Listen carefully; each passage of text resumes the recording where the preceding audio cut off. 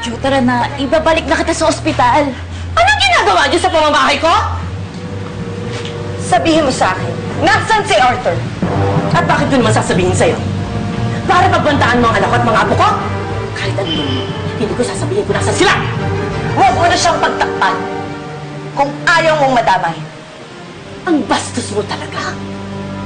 Kahit anong mamahaling damit at alahas ang isuot mo, umaalingaso pa rin ang mabaho mong ugali! At sa tingin mo, ipagpapalit ni Arthur ang anak ko sa isang cheap at desperadang babaeng katulad mo? Ha? Tumahimik ka! Jo! Tumahimik ka, matanda ka! Sige, barilin mo ako! Subukan mo! Parating ng mga pulis! Na makapaligiran ng buong village! Wala kang lulusutan. Kaya kung ako sa'yo, tumakas ka na at huwag ka nang babalik. Jo, tara na. Umisa tayo dito. Parang awa mo na, Jo. Halika na. Hindi pa ako tapos.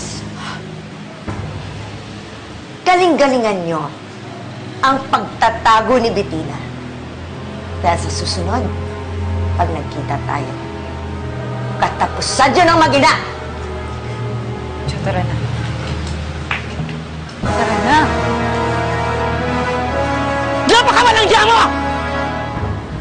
Sinisira mo ibang pamilya dahil wala kang sariling pamilyang nagmamahal sa'yo! Buti na lang wala kang anak! Dahil kung meron, ikahihiya niyang ikaw ang kanyang ina!